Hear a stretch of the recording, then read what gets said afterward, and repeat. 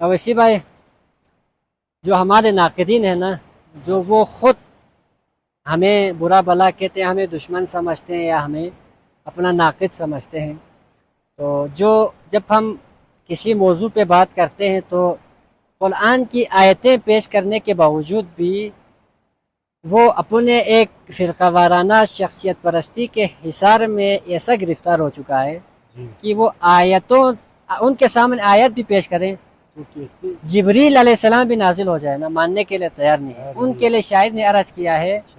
کہ لفظوں کی آبرو کو گواؤ نہ اے ادیم، لفظوں کی آبرو کو گواؤ نہ اے ادیم،